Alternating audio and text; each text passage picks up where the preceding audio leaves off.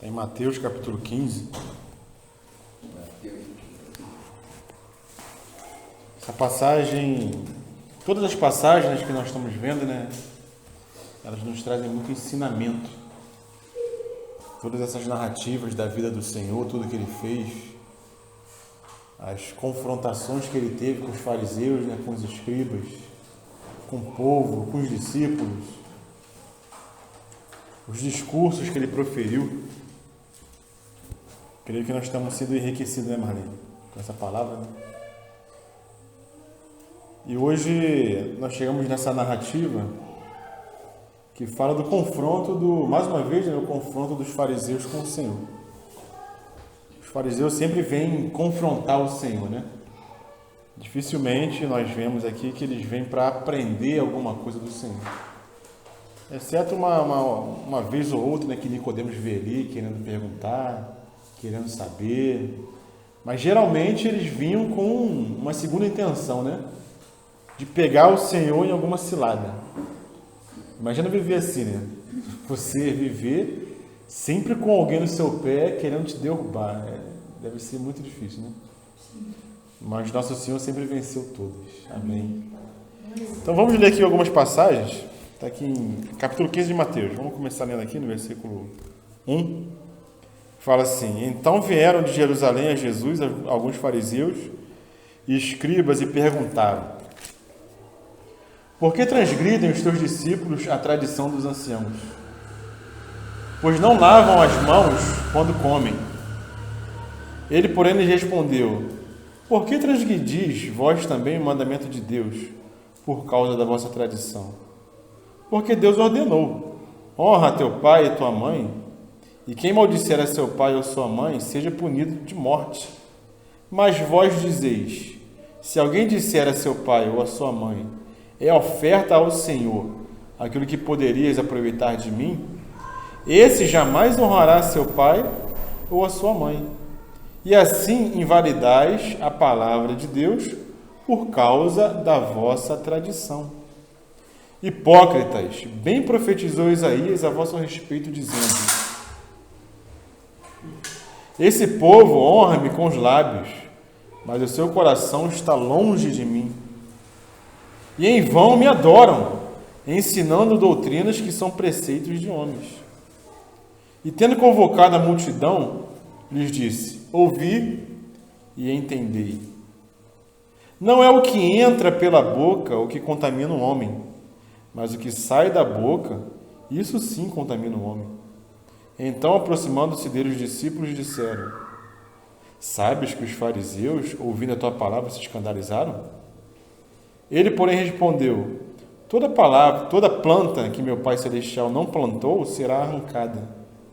Deixai-os, são cegos, guias de cegos.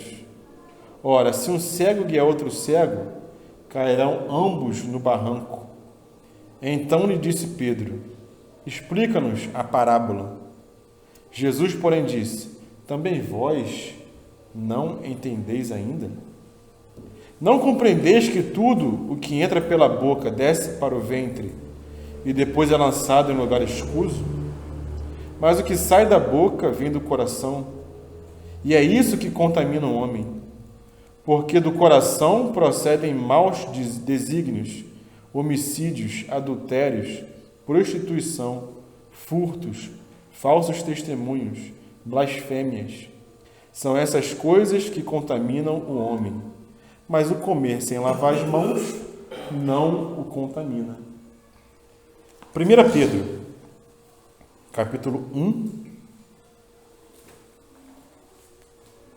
versículo 18. 1 Pedro 1, 18. Vou ler a partir do 16. Todo mundo achou? Porque está escrito: Sede santos, porque eu sou santo.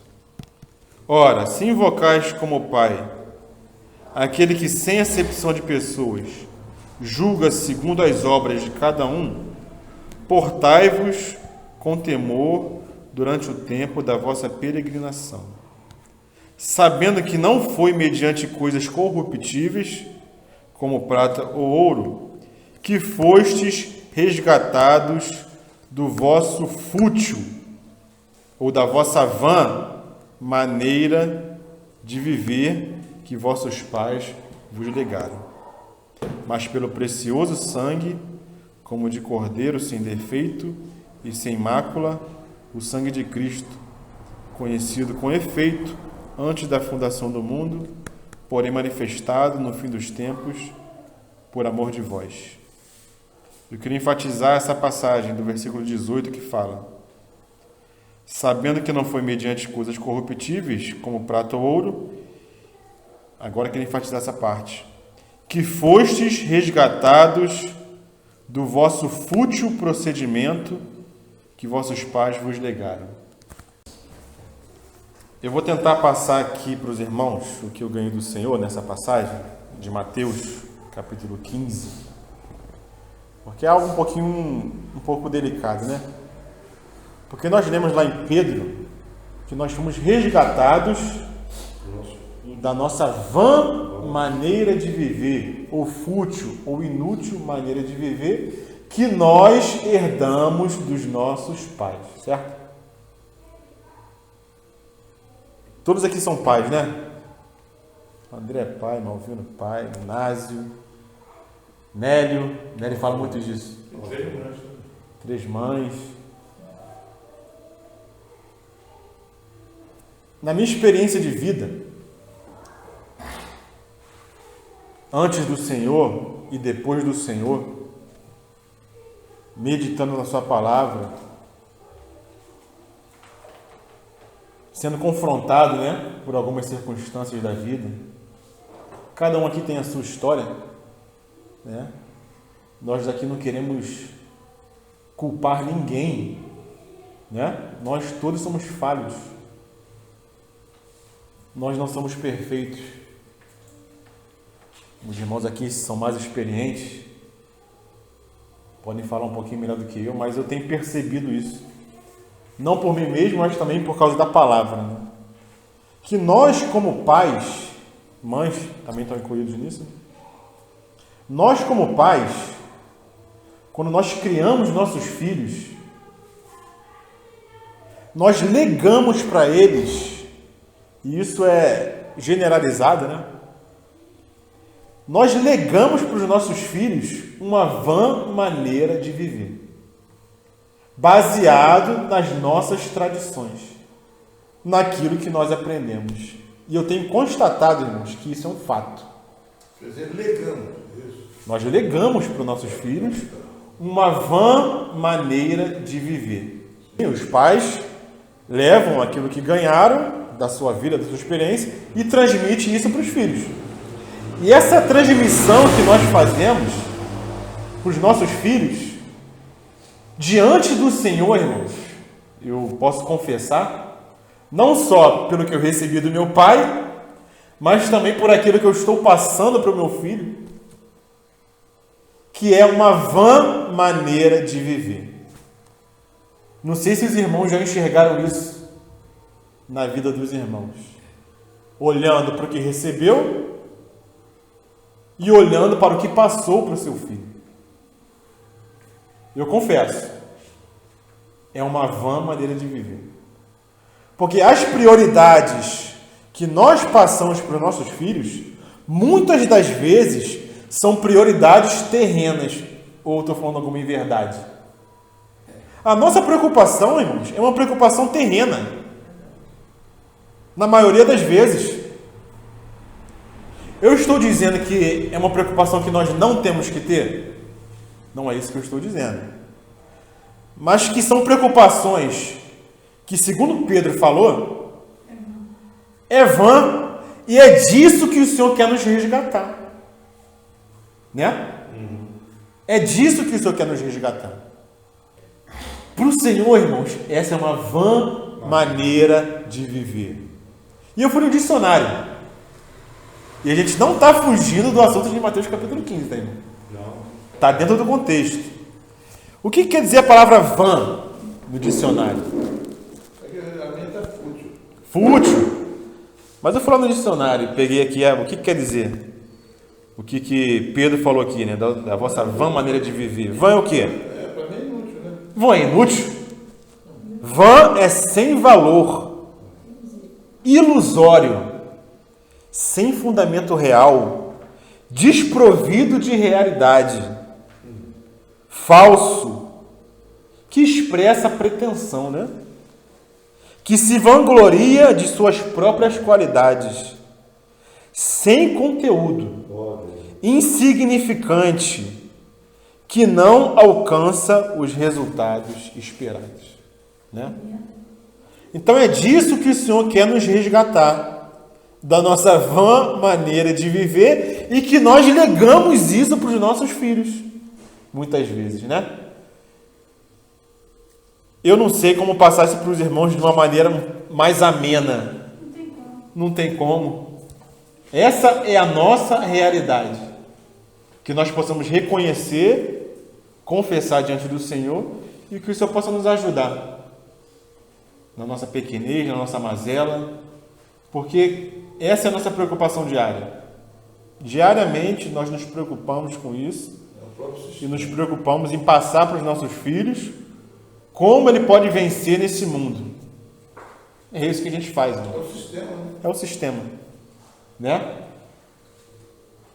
Mas, irmãos, como nós voltamos lá em Mateus capítulo 15, se nós percebermos o nosso Senhor, se nós percebermos o proceder do nosso Senhor, o Senhor de maneira alguma, em nenhum momento, ele estava preocupado com as coisas dessa terra. Em nenhum momento. Ele estava preocupado com o exterior, com a aparência. Mas ele sempre se preocupou com aquilo que é uma realidade interior. Porque é com isso que o Pai se preocupa. Com a realidade interior de cada um de nós, aquilo que procede do coração. O exterior para o Senhor nunca quis dizer muito. Tanto é que nós lemos lá em Isaías 53, que como que o Senhor veio à terra? Como que ele se tornou homem? Nele não tinha beleza alguma, irmãos. Ele era o mais desprezado porque nele não tinha nenhum atrativo. As pessoas olhavam para ele e tinham ele como desprezível, como desprezado. Porque externamente ele não tinha atrativos. Ele não tinha beleza. Mas, irmãos, quando o Senhor abria a boca, meu irmão, quando o Senhor abria a boca, as multidões ficavam maravilhadas, porque ele falava como quem tinha autoridade. Aparentemente, quem era o Senhor? Desprezível, desprezado, né? Mas o que ele transmitia, o que vinha de dentro, tinha realidade, tinha autoridade. Que a nossa mente possa ser transformada, irmãos, porque nós temos a mente de Cristo, como Paulo fala, né? Nós temos a mente de Cristo, ou seja, a mente de Cristo está disponível para nós. Então que nós possamos nos arrepender diariamente, e se isso permitir, na quarta-feira a gente vai tocar nesse assunto do arrependimento, na quarta-feira não, no domingo, sem ser esse outro, né? Sobre o que é se arrepender. Mas que o nosso foco possa mudar, irmãos, verdadeiramente. Porque o que os anciãos e fariseus vieram trazer para o Senhor? Vieram trazer uma questão. Os seus discípulos, eles não lavam as mãos antes de comer e com isso transgridem a tradição dos anciãos. O que isso tem a dizer com isso? Né? E muita gente não gosta desse tipo de argumentação. Porque eu já escutei muita reclamação, né? E é justamente o que o Senhor fez aqui. Os discípulos vieram com uma pergunta, e como que o Senhor respondeu essa pergunta? Ele respondeu com outra pergunta. Ele não respondeu com uma resposta, mas ele veio com outra pergunta. E eu já vi muita gente reclamando. Poxa, eu te fiz uma pergunta e você me veio com outra pergunta, eu quero uma resposta. Mas o Senhor, várias vezes, ele usa desse tipo de argumentação. Os fariseus vinham com uma pergunta, ele sabia da maldade do coração, e ele vai e lança uma outra pergunta. Vem cá, e vocês? Vocês estão dizendo que os discípulos transgridem a tradição dos anciãos, mas vocês, com a vossa tradição, vocês transgridem o mandamento de Deus. Então aqui o Senhor está pesando o quê? A tradição dos anciãos, que era a tradição de homens, com o mandamento de Deus, com a palavra de Deus, com as Escrituras. E como conversava com o Nelly ali, né, Nelly? Nós vivemos em tempos perigosos, né? Nós vivemos, irmãos, em tempos perigosos. Há muito falatório. Há muita transmissão de ideia. Há muita filosofia. Mas por trás disso, há muitos sofismas. O que são sofismas? Vou explicar para o Raio. Sofisma é a meia-verdade. Aquilo que aparentemente parece uma verdade, mas é só metade. A outra metade está escondida ali como mentira, né? E isso é sofisma. E hoje em dia nós vivemos num mundo, irmãos. O irmão Nelly citou ali que últimos tempos, né? Tempo de anticristo. E a palavra diz que é nesse tempo os homens viveriam como? Enganando um ao outro. Como o Senhor falou aqui, né? Se um cego guiar outro cego, ambos cairão no barranco. Então o Senhor vem com uma outra pergunta para os anciãos. Vocês transgridem o mandamento do Senhor com a vossa tradição. E que tradição era essa? Voltando aqui ao versículo 4, né? De Mateus capítulo 15. Porque Deus ordenou, honra pai e mãe. E quem maldisser a seu pai ou a sua mãe será punido de morte. Mas vós dizeis, se alguém disser a seu pai ou a sua mãe, é oferta ao Senhor, aquilo que poderias aproveitar de mim, esse jamais honrará seu pai ou a sua mãe. E assim invalidastes a palavra de Deus por causa da vossa tradição. Essa passagem é um pouquinho difícil de entender, porque qual é o mandamento do Senhor? Raia. Honrar pai e mãe, certo? Esse é o mandamento do Senhor. Honrar pai e mãe. Não é obedecer, não. O obedecer está implícito no honrar, né? Honrar tá... Quem honra, obedece. Certo? Esse é o mandamento da lei de Deus. O mandamento do Senhor. E lá em Efésios diz que esse mandamento é um mandamento com promessa. Quem honra pai e mãe, os dias se prolongam, né? Ao longo da terra, aqui na terra, né? É o primeiro mandamento com promessa. Honrar é muito mais do que obedecer. Como? Honrar é muito mais do que obedecer. Inclui obedecer, né? Está implícito obedecer. Mas o que os fariseus faziam? Eles inventavam leis, irmãos. Eles inventavam regras de homens, que são interpretações da lei, que eles tiravam da própria cabeça, e com essas regras invalidavam o mandamento de Deus. E que regra foi essa que eles inventaram? Que o Senhor está aqui expondo essa regra, né? A regra é a seguinte: se algum filho com pais idosos, que ele deveria cuidar, deveria honrar, era o papel do filho honrar os pais, né? Cuidando dos pais na sua velhice. Se esse filho pegasse seus bens e oferecesse no templo, ofertasse no templo,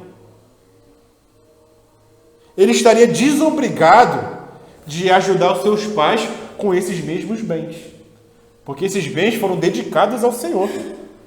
Olha só a maldade do coração, né?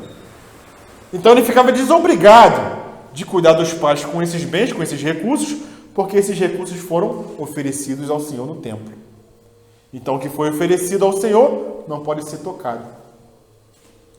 Mas durante a sua vida, dessa pessoa que ofereceu esses bens no templo, os fariseus diziam que essa mesma pessoa poderia usufruir desses bens.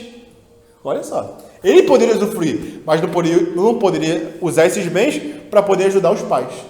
Como se não tivesse compromisso, né? Isso. Isso aí. E os fariseus vêm com uma regra dizendo, é uma tradição, um costume, né? que todo mundo, todos os judeus, e todo mundo obedecia, tinha que lavar as mãos antes de comer. E esse lavar as mãos não é assim, uma questão de higiene. Como nós vamos aqui, lavar a mão ali para poder comer, passar uma aguinha na mão, um sabão para poder comer. Essa é uma questão de higiene. Esse lavar de mãos que eles ensinavam para o povo, como nós vamos ver lá em Marcos capítulo 7 agora, para poder explicar essa passagem, era uma questão de santificação. Era um ritual de lavagem. Não era simplesmente lá lavar a mão com sabão para poder comer. Era um ritual que eles tinham que cumprir, como se estivesse lavando a sua alma para poder comer. Vamos lá, Marcos capítulo 7, que explica essa mesma passagem, que é paralela, né? Capítulo 7, versículo 1. Eu vou ler a partir do versículo 12. Eu vou ler a partir do 1, né? Vamos lá. Alguém pode ler? E ajuntaram-se a eles fariseus e alguns dos escribas que tinham vindo de Jerusalém. E vendo que alguns dos seus discípulos comiam não pão com as mãos impuras, isto é, por lavar. Agora, a partir do versículo 3, ele vai explicar esse ritual de lavagem de mãos e outros, né? E outros rituais que eles tinham. A partir do versículo 3 é a explicação. Porque os fariseus e todos os judeus, conservando a tradição dos antigos, não comem sem lavar as mãos muitas vezes. E quando voltam do mercado, se não se lavarem, não comem. E muitas outras coisas há que receberam para observar como lavar os copos e os jarros e os vasos de metal e as camas. Até aí, tudo bem. Entenderam, irmãos? O que era essa tradição de lavar as mãos antes de comer? Não era só uma lavagem higiênica de mãos, não. Eles tinham que lavar as mãos muitas vezes antes de comer. Era um ritual, né? Era um ritual que eles faziam. E faziam isso para lavar a mão, para lavar o copo, para lavar o jarro, para lavar qualquer coisa. Arrumar a cama, entendeu? Era tipo uma superstição. Era uma superstição antes de lavar. E isso foi inventado da cabeça dos anciãos, dos fariseus. E isso era passado de pai para filho. Aquilo que nós falamos lá em 1 Pedro. Uma tradição que se passa. Por quê? Porque você foi ensinado assim. Por que nós passamos essa tradição para os nossos filhos? Porque nossos pais nos legaram. Você tem que correr atrás, você tem que estudar, você tem que fazer aquilo. É a tradição que nos passaram. E eu lembro daquela história do peixe. Não sei se os irmãos já escutaram a história do peixe. Estava lá a filhinha com a mãe. E a mãe dividiu o peixe no meio para poder fritar. Já escutaram essa? A mãe dividiu o peixe no meio, né? Sempre cortava o peixe no meio, na metade, e fritava o peixe. Aí a filhinha perguntou para a mãe: mãe, por que você divide o peixe no meio para poder fritar? Aí a mãe não sabia, né? Não, porque minha mãe também fazia isso. Então ela me ensinou a fazer assim, eu também faço. Aí a menininha foi lá e foi perguntar para a avó: vó, eu vi minha mãe fritando peixe, ela divide no meio. Ela falou que foi a senhora que ensinou para ela. Por que a senhora divide o peixe corta o peixe no meio para poder fritar? Poxa, também não sei. Eu sei que eu aprendi assim da minha mãe, ela me ensinou assim. Aí ela falou para a Bisa, né? A Bisa era viva, velhinha, né? Antiga, experiente, sábia, né? Ela: Bisa, eu fui lá para minha mãe, perguntei, para minha avó perguntei, e elas falaram que foi a senhora que ensinou. Elas viram a senhora fazendo lá, a senhora dividiu o peixe no meio. Por que a senhora dividiu o peixe, cortava o peixe no meio para poder fritar o peixe? Ah, não, minha netinha. É porque a avó não tinha recursos. E a minha frigideira, a minha panela era pequenininha, então só cabia metade do peixe. Então eu tinha que cortar para poder fritar. Eu não tinha como comprar uma panela maior, né? Uma frigideira maior para poder fritar o peixe. Não tinha que cortar o peixe no meio para poder fritar. Esse era o motivo. E os filhos olhando, os netos olhando, aprenderam daquele jeito. Cortar o peixe no meio para poder fritar, sem perguntar o porquê. Né? Então essa é a tradição que é passada de pai para filho. Irmãos, nós temos que sempre perguntar o porquê que nós fazemos determinadas coisas. Porque o Senhor, no capítulo 15, no versículo, voltando lá que é Mateus, né? Versículo 10, quando ele fala assim, ó: e tendo convocado a multidão, lhes disse: ouvi e entendei. Irmãos, nós temos que ouvir, Nelly, e entender. Quantas coisas que você fez, Nelly, na sua carreira cristã, porque falaram que era para fazer e muita gente obedecia. Quantas coisas, irmãos, que nós fizemos na nossa vida cristã. Irmãos, essa é a tradição que é da nossa denominação, que faz assim e a gente faz assim e acabou. E nós cegamente vamos lá e fazemos, sem perguntar o porquê. Sem ir para as escrituras como fizeram os bereanos. Paulo foi lá pregar o evangelho para os de Bereia, e o que os de Bereia fizeram? Não. Vamos consultar aqui nas escrituras para ver se isso é assim mesmo. Mas nós, muitas vezes por preguiça, por indisciplina, por falta de responsabilidade, nós não vamos para as escrituras perguntar se isso é assim mesmo. Não, deixa lá o pastor pregar. Deixa o pastor falar, porque ele estudou, ele fez o curso de teologia. Quem sou eu, né? Para indagar o pastor? Irmãos, cada um de nós somos sacerdotes do Senhor. Cada um de nós tem o Espírito Santo habitando em nós. Só nos falta... Vós teis a unção, não necessitais. Mas nós, na nossa, eu vou botar aqui entre aspas, humildade, que é uma falsa humildade, quem sou eu para poder vir aqui? Irmãos, cada um de nós tem um Espírito. Todo esse povo aqui seguia a tradição dos anciãos. Essa tradição que não tem nenhum proveito espiritual para a mudança do coração, para a mudança da alma. Era somente uma tradição externa. Algo externo que os anciãos e fariseus tiraram da cabeça e diziam que todo mundo tinha que seguir. E como nós lemos em Marcos, todos os judeus seguiam. Mas o que isso trazia de proveito, espiritualmente falando? Como estava o coração daquele povo? Apartado, porque o Senhor vai falar. Foi de vocês que profetizou Isaías.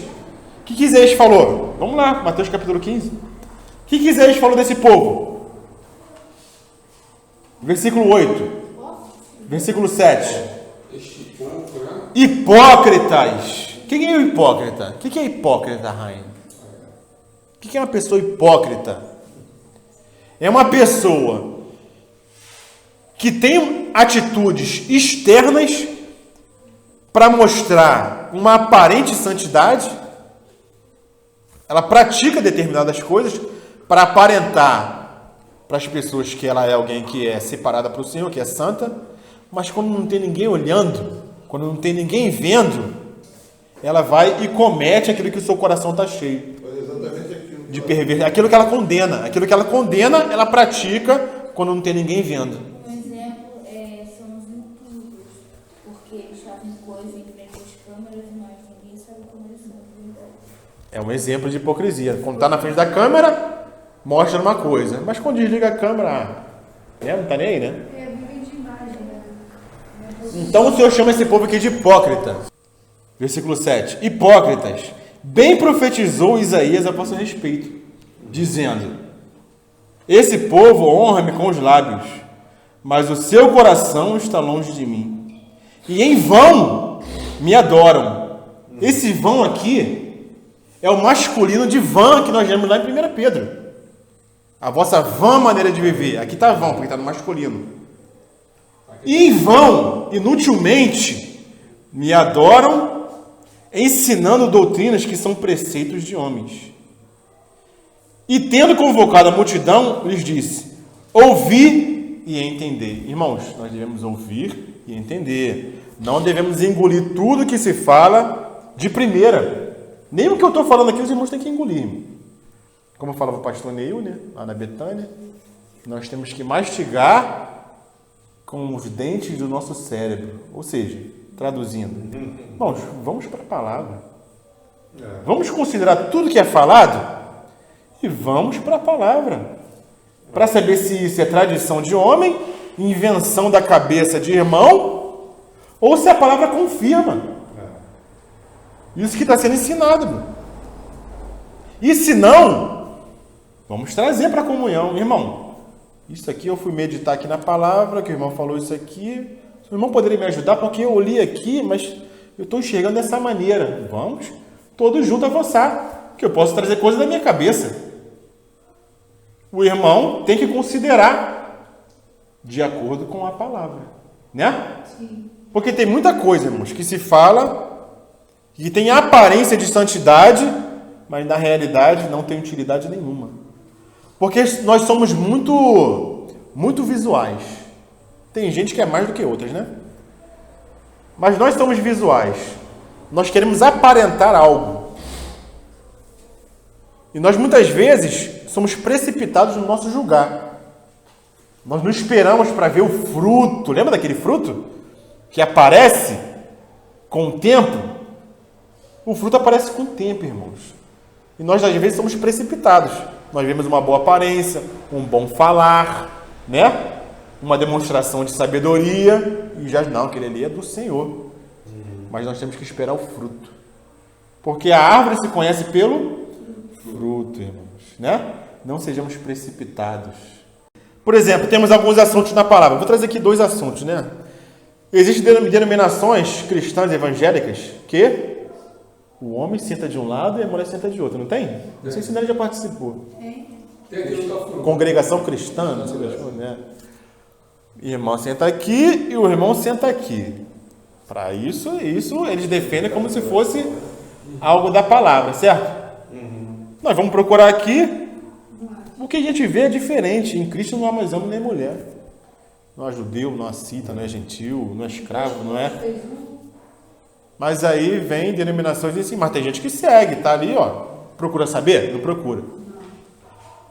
Esse é um assunto que é tradição de homem. Aí tem outro assunto. O uso de véu pelas irmãs. Né? É tradição de homem ou é ensinamento da palavra? A escritura tem que se moldar à cultura ou a cultura tem que se moldar à escritura? Eu ouvi algo sobre isso na palavra lá. A cultura tem que se moldar às escrituras. Aí nós vamos para a palavra. Assunto do véu. Está lá em 1 Coríntios, capítulo 11. Eu ouvi sobre isso. Tem a ver com corte Certo? de cabelo. Tem a ver com corte de cabelo. Sim. Tem muitos ensinamentos com relação a isso. Bota o véuzinho. Mas o assunto do véu está na palavra. E se nós formos ver o que está escrito lá por Paulo em 1 Coríntios capítulo 11, não tem nada a ver com cultura. Porque naquela época era vergonhoso para a mulher ter o cabelo raspado, que era prostituta, que não sei o quê. Mas quando a gente vai ver, vai ler, Paulo se remete lá para o passado. Porque primeiro foi feito o homem e depois a mulher. E ele começa falando de Cristo e de Deus, que é a cabeça de Cristo. Cristo que é a cabeça do homem e o homem que é a cabeça da mulher. E o assunto é esse, não tem nada a ver com cultura. E tem a ver com palavra. Mas muitas vezes nós, seguindo tradição de homens, não, isso aí é outra coisa, papapá. Não, vamos para a palavra e vamos seguir o que o homem fala. Nós somos assim, né? Agora é tarefa para os irmãos. Quer saber de véu? Vai lá para a palavra, 1 Coríntios, e vamos ler, vamos estudar, cada um na sua casa, e vamos conversar uma hora apropriada sobre a questão do véu. Os irmãos e as irmãs, né? São 2 exemplos que eu trouxe.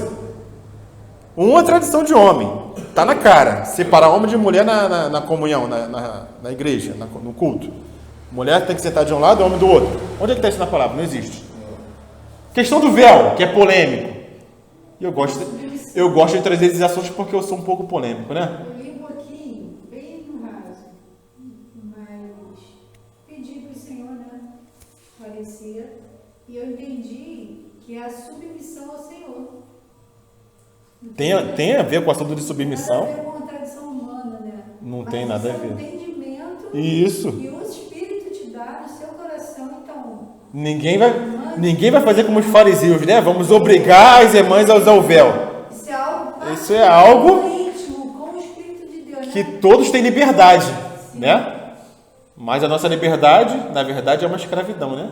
Será que todas as mulheres que Porque estão É ou somos não é? servos, né? pensam igual? Servo e escravo, né? Sabe isso? Nós somos libertos, mas somos escravos de Cristo. De Cristo.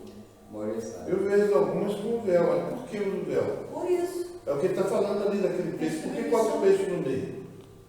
Você está entendendo? É a mesma coisa. Mesma coisa. E deve ter a ver com os anjos, hein? É, tem que ver lá atrás, onde surgiu isso, como é que começou esse negócio de botar o véu, por quê? Deixa o Marcos Aí ninguém sabia por que o peixe, ela cortava o peixe na metade. Lá na bisavó, foi descobrir que ela tinha uma panela pequena e tinha que cortar o peixe não cabia na frigideira. Essas coisas são parecidas, né, com o que ele falou. Sim, sim. Tem que acabar para ver se É é isso aí. cultura do homem, posição do homem, se é o Senhor. Aí é particular, né? É um ensinamento que deve haver na igreja, mas não deve ser uma imposição. Somente isso. Eu creio que deva haver esse ensinamento, mas não como algo imposto. Você tem que, senão você está em pecado. Não. Não é assim, né? Quando a irmã ganhar, se a irmã ganhar, a irmã vai usar. Se a irmã não ganhar, não vai usar. É a irmã com o Senhor, né? Porque tem muita gente que usa e é insubmissa. Não adianta o quê? Adianta alguma coisa? Não adianta nada, né? Avançando um pouco mais, irmãos. Então, a ênfase do Senhor aqui, olha só o Senhor, olha o nosso Senhor, irmãos. A ênfase do Senhor é com a sua vida interior, né? Porque vós me adorais só com os lábios, como falou aqui. De vós falou o profeta Isaías. Em vão me adoram, ensinando doutrinas que são preceitos de homens, e honra-me com os lábios, mas o vosso coração está longe de mim. A ênfase do Senhor é sempre a vida interior. É sempre a vida interior. Não que o Senhor não se preocupasse com as questões externas, as nossas lutas externas que nós temos que nos preocupar. Mas qual é a ênfase da palavra, irmãos? Não estejais ansiosos com o que é vez de comer, que é algo exterior. Lavar a mão, porque não é o que entra que contamina o homem, irmãos. Não é o que entra pela boca que contamina o homem, mas é o que sai da boca que contamina o homem. É a excessiva preocupação com as coisas externas e uma mínima preocupação com as coisas internas. O problema é esse, a prioridade. A questão é a prioridade, né? Você se preocupa mais com o externo, com a aparência. E a questão interna fica relegada a segundo plano, a terceiro plano. O problema é simplesmente esse. Não é uma questão de lavar a mão. Essa passagem com o Senhor não é uma questão de higiene. É uma questão de aparência externa. Não é o que entra pela boca que contamina o homem, mas o que sai da boca, isso sim contamina o homem. Versículo 12. Então se aproximaram os discípulos. E como que se escandalizando, né? Quiseram exortar o Senhor. Senhor, sabe que os fariseus, ouvindo a tua palavra, se escandalizaram? Cuidado, eles estão se escandalizando, Senhor. Não seja tão duro com eles. Mas o Senhor vem e fala. Ele, porém, respondeu: toda planta que meu Pai Celestial não plantou será arrancada. Deixai-os, são cegos, guias de cegos. Ora, se um cego guia outro cego, ambos cairão do barranco. Né? A nossa ênfase tem que ser sempre, irmãos, a vida espiritual. Temos que nos preocupar com nossos filhos, com o futuro deles, de trabalho, de estudo. Temos. Mas que isso não seja excessivo ao ponto de tomar o lugar do ensinamento espiritual que nós temos que dar. Da visão espiritual que nós temos que dar para os nossos filhos. Eu vou dar um outro exemplo, um segundo exemplo. Esse exemplo eu ouvi do irmão Romeu Bornelli. E eu acho que encaixa nisso que nós estamos falando, né? Como que nós fazemos com os nossos filhos muitas vezes? Quando nossos filhos ou nossos netos, né, nos pedem alguma coisa. O que nós falamos? Pai, compra isso para mim. Compra aquele brinquedo. Compra aquilo outro. O que nós respondemos? Muitas das vezes. Vamos ver se algum irmão acerta. Vou arrumar dinheiro. Eu já ouvi isso. Não tenho dinheiro. A gente está treinando isso. Não tenho dinheiro agora. O que fica na mente da criança? Vou ganhar muito dinheiro. Quem manda é o dinheiro. Se tiver dinheiro pode, se não tiver dinheiro não pode. Quem é o Senhor é o dinheiro. Essa é a mensagem que você passa para a criança. O irmão Romeu Bornelli fala o seguinte: qual deveria ser o nosso falar nessa hora? Meu filho, se o Senhor permitir, a gente vai comprar. Se nós não temos agora, é porque o Senhor não permitiu, né? Mas o que nós legamos, o que nós mostramos para o nosso filho? Quem está reinando é o dinheiro. É a tradição que nós ganhamos, é aquilo que nós aprendemos. Trabalhar e ganhar muito. Tem que trabalhar, tem que ganhar dinheiro. Qual é a ênfase que está se dando? A ênfase para o exterior. Mamão. A ênfase para o mamão, né?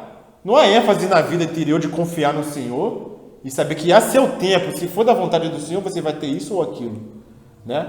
O quanto que nós temos que aprender a não legar uma vida, uma maneira vã de viver para os nossos filhos. Mudar até a forma de falar, né? A forma de falar. Foi tocado É uma vã maneira de viver. Sábado foi falado na forma de falar. Sábado foi tocado nessa questão, né? O Násio trouxe muito bem essa questão. Sábado lá na Sábado não, domingo. reunião das irmãs. E domingo também aqui, pô. O Násio trouxe essa questão. Trouxe também, né? No domingo, né? É. Do ganhar, do se preocupar, né? Com a questão tudo é questão externa, irmão. Tudo é questão do corpo. Olha lá, aquelas bolinhas ali, ó. O mais externo é o corpo. O mais interior é a alma. E o espírito já habita no nosso espírito, que tem que ganhar a nossa alma, né? A ênfase tem que ser dada aí, irmãos. Já avançando para o final, Paulo, ele dá uma pincelada. Não, pincelada não, ele é profundo nessa questão, né, da vida interior. Mas ele dá uma pincelada no versículo que está lá em 1 Timóteo. Vamos lá, 1 Timóteo. E é mais um exemplo para nós hoje, irmãos, porque hoje isso aí está generalizado, né? O que eu vou falar aqui agora. Está generalizado, gente. Né, Kátia? Kátia vai confirmar se é ou não. 1 Timóteo 4. 1 Timóteo, deixa eu achar aqui. 1 Timóteo 4. Está generalizado, irmãos. 1 Timóteo 4, versículo 7. Fala assim, ó. Fala assim, versículo 7, todos acharam? Mas rejeita as fábulas profanas e de velhas caducas. Exercita-te pessoalmente na piedade. Olha só. Exercita-te na piedade. O que é piedade? É uma vida de comunhão com Cristo. Isso é piedade. Uma vida de comunhão com Cristo. E essa vida de comunhão com Cristo vai externar. Vai externar na vida do seu irmão, na vida de um necessitado. Isso é vida de piedade. Exercita-se na piedade. Amém? Que é algo interior. A minha versão fala assim: rejeita, porém, as fábulas mundanas. Sim, muito bom. Mas o quê? E historias de gente caduca. Ou seja, gente que quer dizer como você tem que viver. São fábulas mundanas. Como está aí? E historias. Antes disso. Fábulas mundanas. Fábulas mundanas. Irmãos, todo mundo quer mandar na sua vida hoje. Não, você tem que fazer isso.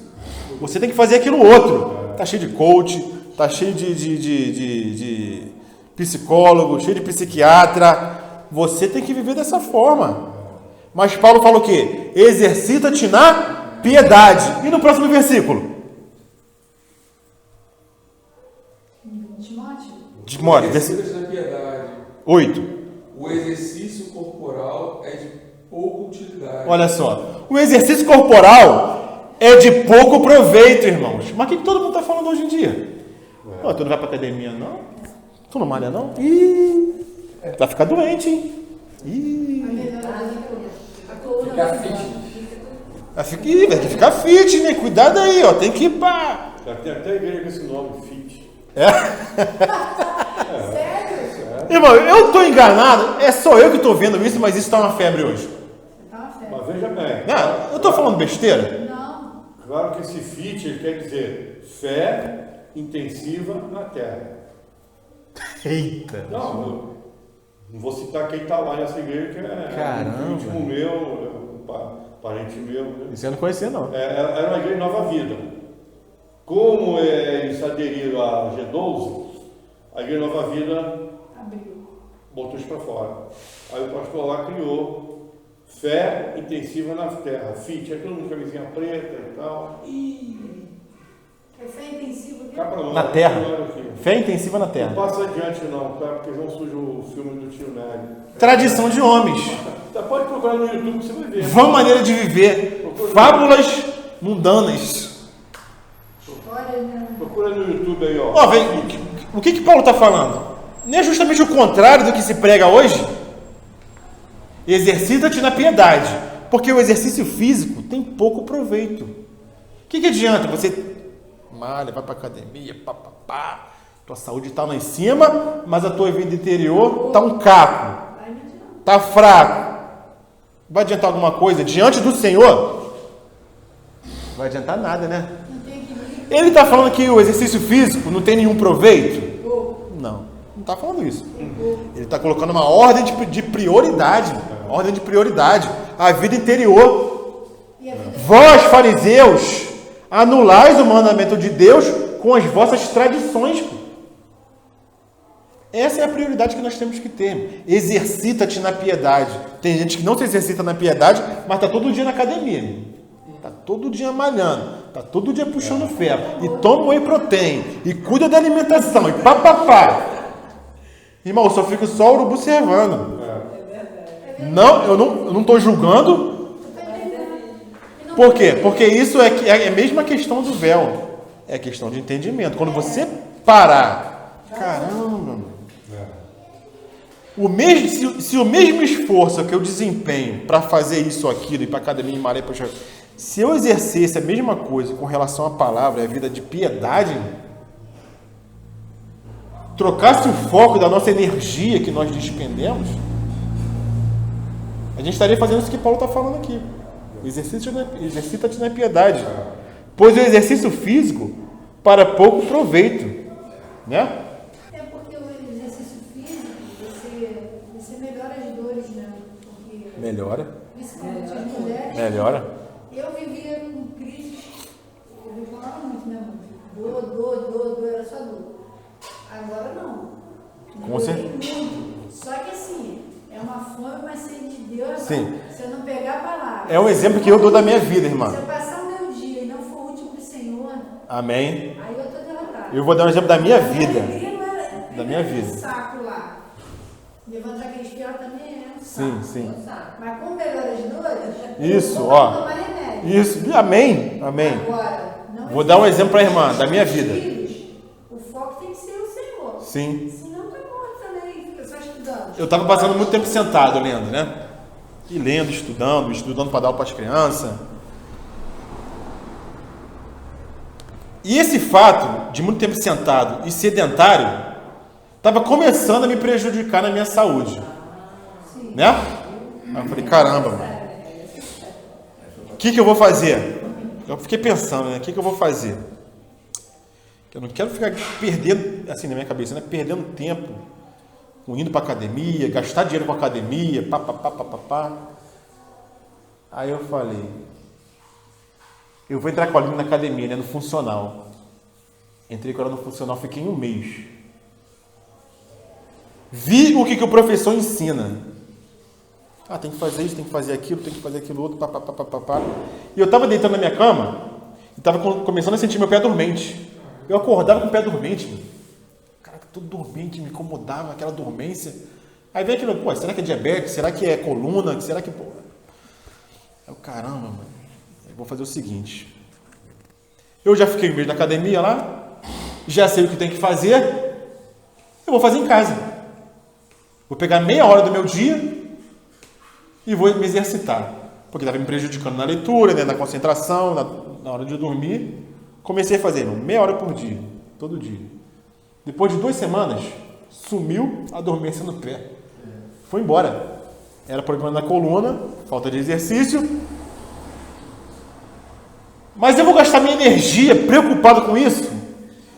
Eu sei que eu tenho que gastar meia hora do meu dia. Só isso me basta. Só isso me basta.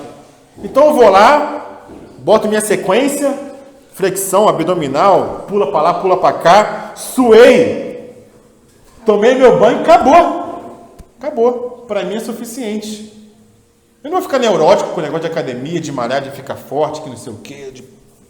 A barriga tanquinha é por causa do cachorro, né? Que eu não quero comprar o cachorro. Se eu ficar com a barriga tanquinha, eu não compro o cachorro. Vai outra história aí, né? Mas a questão é essa, irmão. Não é que não adianta para nada, não é isso. Pô, tem um proveito. O irmão Pablo Davi, lá da Colômbia, ele passou por isso, sabia? Ele estava começando a ter muita dor de cabeça, irmãos. Ele é um irmão que se dedica na palavra, se dedica ali a pregar, a ministrar, e ele estava começando a ter problema de saúde. Né? Aí o que ele fez? Ele começou a dar aquela caminhada. Todo dia dava aquela caminhada, mas na caminhada, o que ele fazia? Ele botava uma ministração, ele botava uma pregação, para nem na hora do exercício ele perder tempo, na hora do exercício com as questões exteriores, né? O homem espiritual. Nem para isso ele perdia tempo. Na caminhada, na corrida, ele botava lá um fone, botava uma pregação e ia, né? Que nós sejamos assim, irmãos. Não negligenciemos aquilo que vai nos prejudicar fisicamente, mas também não gastemos um tempo desnecessário, aquilo que nós poderíamos estar investindo na vida de piedade. Exercita-te na piedade, porque o exercício físico tem pouco proveito. Amém, irmãos? Voltando para Mateus para terminar, para avançar um pouquinho, né?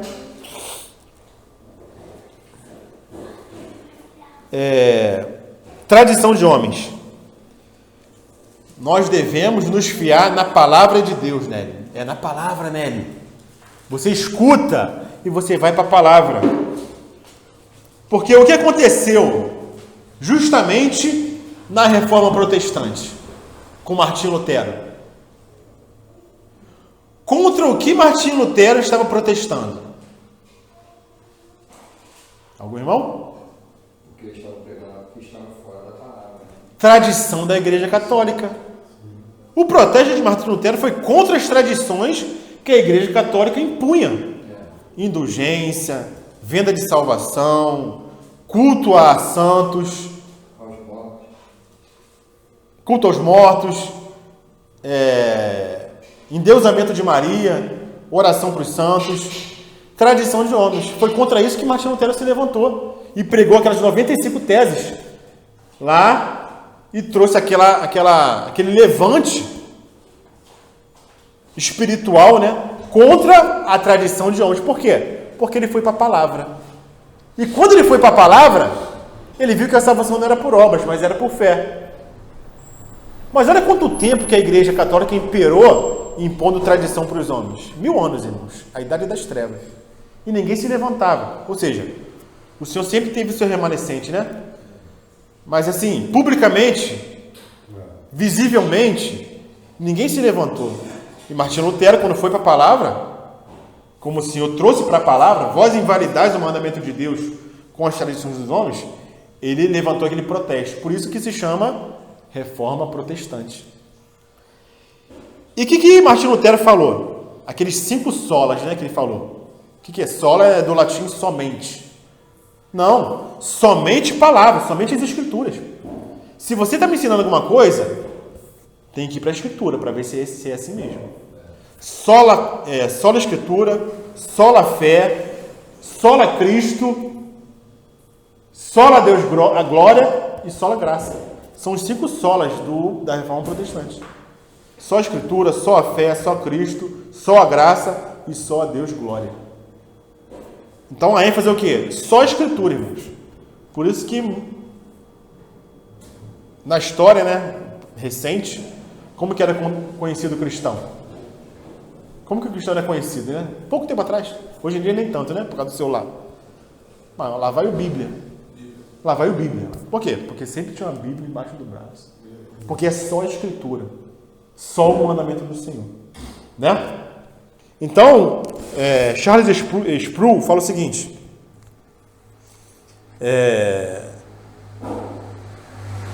Está certo quando diz que...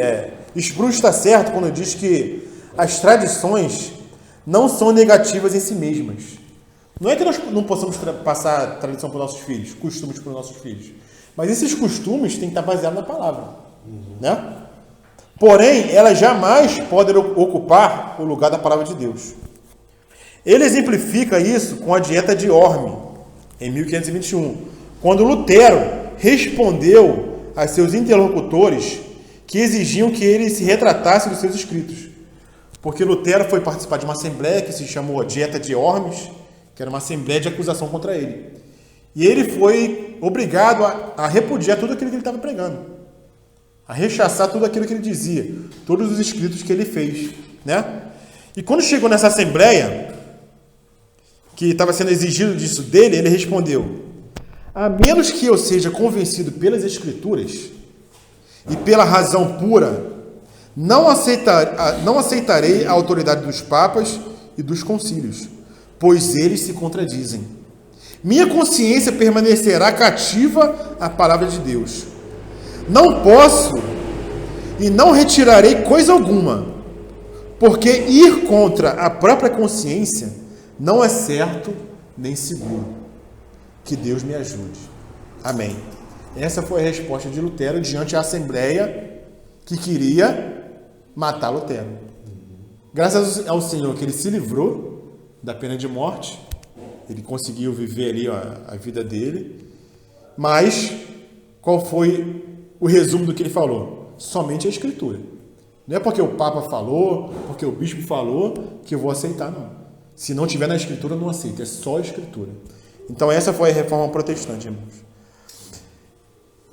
E finalizando, vamos lá para Colossenses, capítulo 2.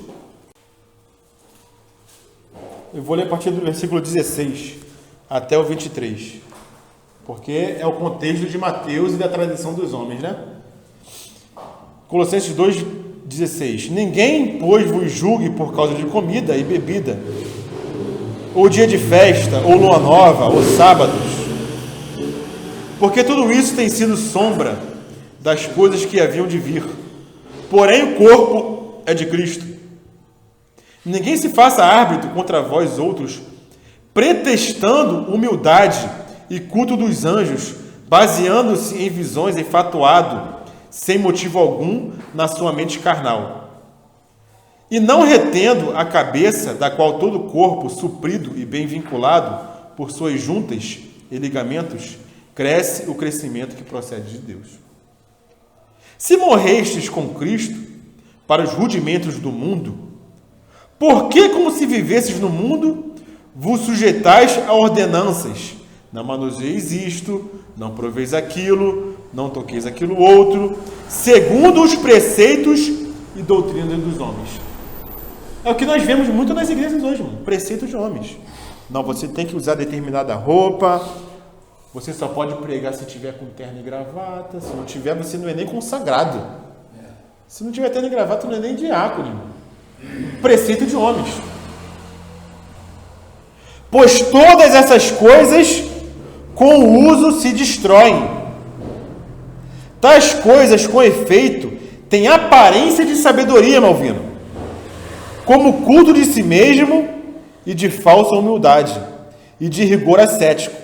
Todavia, não tem valor algum contra a sensualidade. Aí o irmão pode perguntar, o que tem isso a ver com sensualidade? O que tem isso a ver com sensualidade? Irmão, tem muito a ver. É até difícil de explicar. É muito difícil de explicar. Eu não sei se eu vou conseguir. Na minha tradução é até mais fácil de explicar. Fala aí. Satisfação da carne. É, no meu também, satisfação da carne. Mas a sensualidade... Satisfação da carne é uma tradução. Qual vai ser? Versículo 23, do final dele. Final do 23.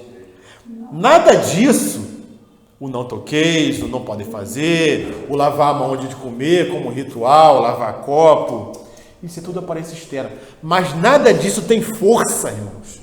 Tem força para mudar o seu interior. Porque o que tem no interior? O senhor falou em Mateus capítulo 15. Adultério, prostituição, blasfêmia, isso tudo procede do coração. E é isso que contamina o homem.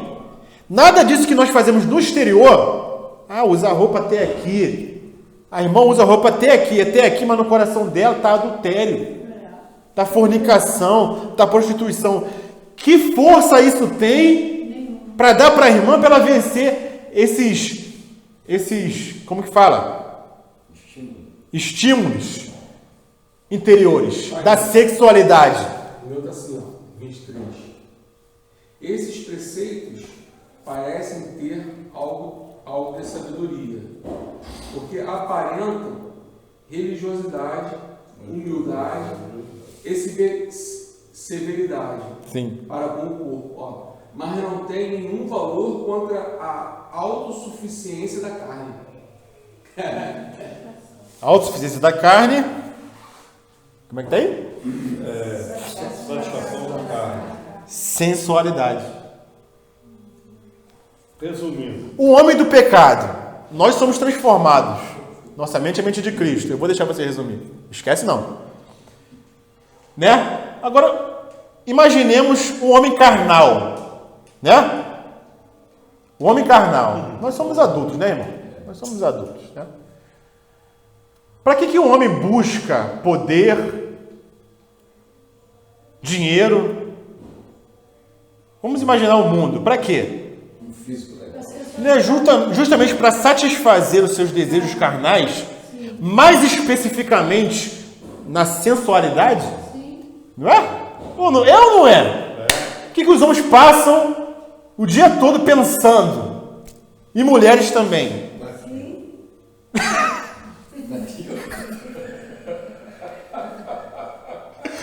Mas é verdade, irmão. É verdade,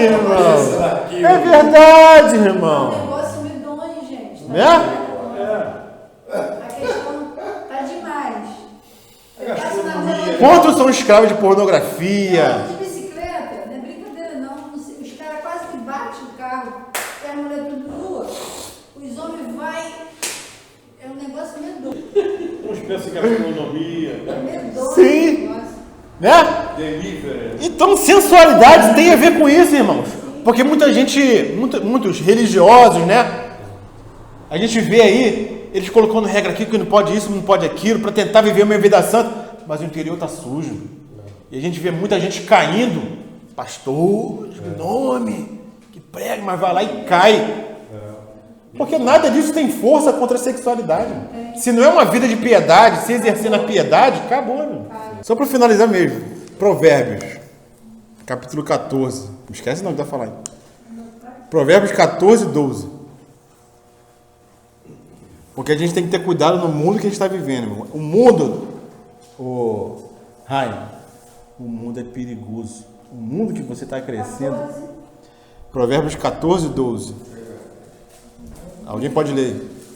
Há um caminho que aos homens parece direito, mas o fim deles são os caminhos da morte. Há caminhos que ao homem parece direito, mas ao cabo dá em caminhos de morte. Então, cuidado com o que nós escutamos de ensinamento, porque pode ter uma aparência de vida, né? Uma aparência direita, mas o fim deles é morte. Cuidado com o coach, cuidado com o psicólogo, cuidado com o pastor, cuidado com o médico, cuidado com o político, principalmente. Cuidado com o que a gente ouve, porque a gente é movido com aquilo que está na nossa mente, aquilo que a gente pensa. E o que a gente pensa foi porque entrou por algum canal dentro da gente, ou pelo ouvido ou pelos olhos. Cuidado com o que entra no nosso coração, né? Porque deles procedem as saídas da vida. Então há caminho que parece caminho direito. A tradição de lavar a mão, para os fariseus era o caminho direito. Aquilo ali é a santidade pura. Quem seguisse todas as regras que eles colocavam, estava salvo, né? Mas era caminho de morte. O que adiantou? Né? Então há caminhos que ao homem parece caminho direito. Mas o fim deles é morte. Amém?